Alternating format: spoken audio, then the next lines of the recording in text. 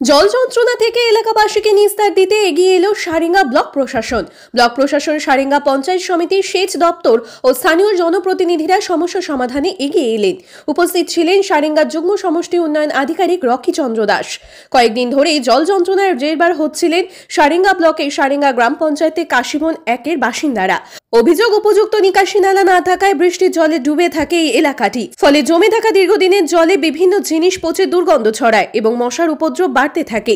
যাতায়াত করতেও সমস্যায় পড়েন ওই পাড়ার বাসিন্দারা। বৃষ্টির জল চারদিকে জল নেমে আসছে, জলটা কোনো দিকে বেরোতে পারছে না। তাহলে জলটা পচা গন্ধ ছাড়ছে, মশা হচ্ছে, ছোট ছোট বাচ্চা আছে, গরু বাছুরও আছে, আমাদের যা আশা করতেও অসুবিধা হচ্ছে। জলটা কতদিন জমে আছে? জলটা বর্ষার জল এখন রইবে আশ্বিন কার্তিক মাস পর্যন্ত।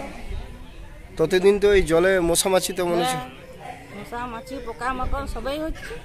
এটাই আমাদেরকে যাওয়া আসাও করতে হচ্ছে নোংরা জলের। এবার সেই সমস্যার সমাধানে এগিয়ে এলো ব্লক প্রশাসন। এই এলাকা পরিদর্শনে আসেন Sarenga joint BDO Rocky Chandra Das, Kangsabati সেচ ক্যানেলের সারেঙ্গার আধিকারিক, সারেঙ্গা পঞ্চায়েত সমিতি ও সারেঙ্গা গ্রাম পঞ্চায়েতের জনপ্রতিনিধিরা।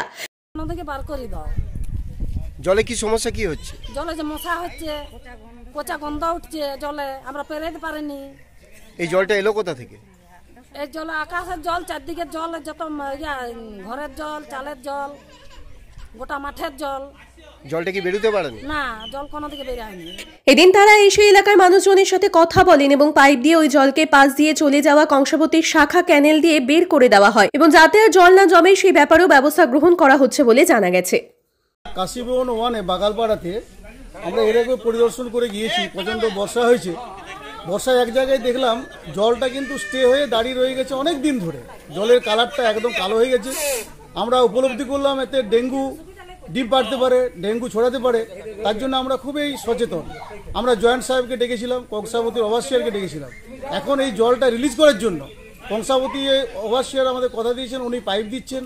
আমাদের এনএস সাহেব এসেছিলেন, এনএস সাহেব পঞ্চায়েত থেকে জলটা বার করার ব্যবস্থা।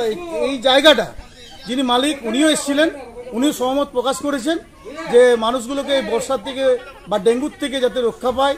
পাশাপাশি অনেকগুলো ঘর আছে, আমরা দেখলাম ছোট ছোট বাচ্চারা আছে। ডেঙ্গু হয়ে গেলে আমরা সারেঙ্গা ব্লক বা সারেঙ্গা অঞ্চল খুব বিপদে পড়ে যাব। তার জন্য দ্রুততার সাথে যুদ্ধকালীন তৎপরতায় যাতে জলটা বার করা হয় তারই ব্যবস্থা করছি। আমাদের লেবার আসছে, পাইপ চলে এসছে, আর কিছুক্ষণের মধ্যে জলটা আমরা বার করতে পারবো। এটা অ্যাকচুয়ালি কিসের জল, কতদিন ধরে আছে? এটা অ্যাকচুয়ালি বর্ষার জল। বিভিন্ন বাড়ি বানিয়েছে, তারা ভরাটি করেছে। যে জায়গায় জলটা দাঁড়িয়ে আছে এটা একটা মানে আমরা কুয়ো বলতে পারি, কুয়োর মতো তৈরি হয়ে গেছে।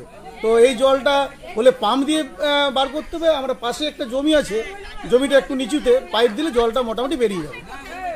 আপনার নাম পরিচয়? আমি সারেঙ্গা পঞ্চায়েত সমিতি কর্মাধ্যক্ষ বনভূমি শেখর রাউত।